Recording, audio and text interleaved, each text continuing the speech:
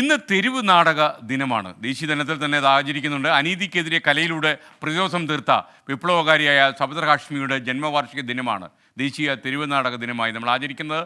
തെരുവിൻ്റെ ശബ്ദമായി മാറി സഫദർ ഹാഷ്മി. അദ്ദേഹത്തിൻ്റെ ഓർമ്മ പുതുക്കുന്നു ഈ ദിവസം.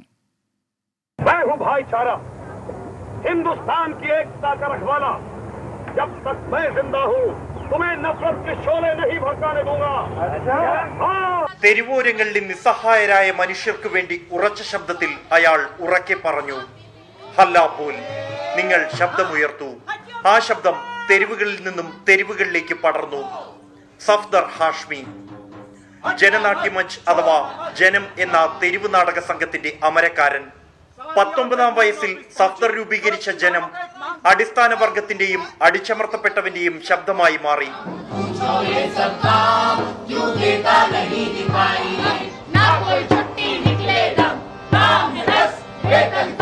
ഹല്ലാബോൽ എന്ന നാടകമാണ് സഫദർ അവസാനമായി അവതരിപ്പിച്ചത് 1989 ജനുവരി 1-ന്. നാടകം പൂർത്തിയാക്കാൻ സഫദറിന് സാധിച്ചില്ല. രാഷ്ട്രീയ ഗുണ്ടകളുടെ ആക്രമണത്തിൽ ജീവൻ പൊലിഞ്ഞു. പോരാട്ടത്തിൽ ആയുധത്തെക്കാൾ മൂർച്ച ആശയങ്ങൾക്ക് തന്നെയെന്ന് സഫദറിന്റെ സഖാക്കൾ ഇന്നും തെളിയിക്കുകയാണ് തെരുവുകളിൽ. ജിജീന്ദ്രനൊപ്പം ബൽറാം നെടുങ്ങാടി, 24 ഡൽഹി.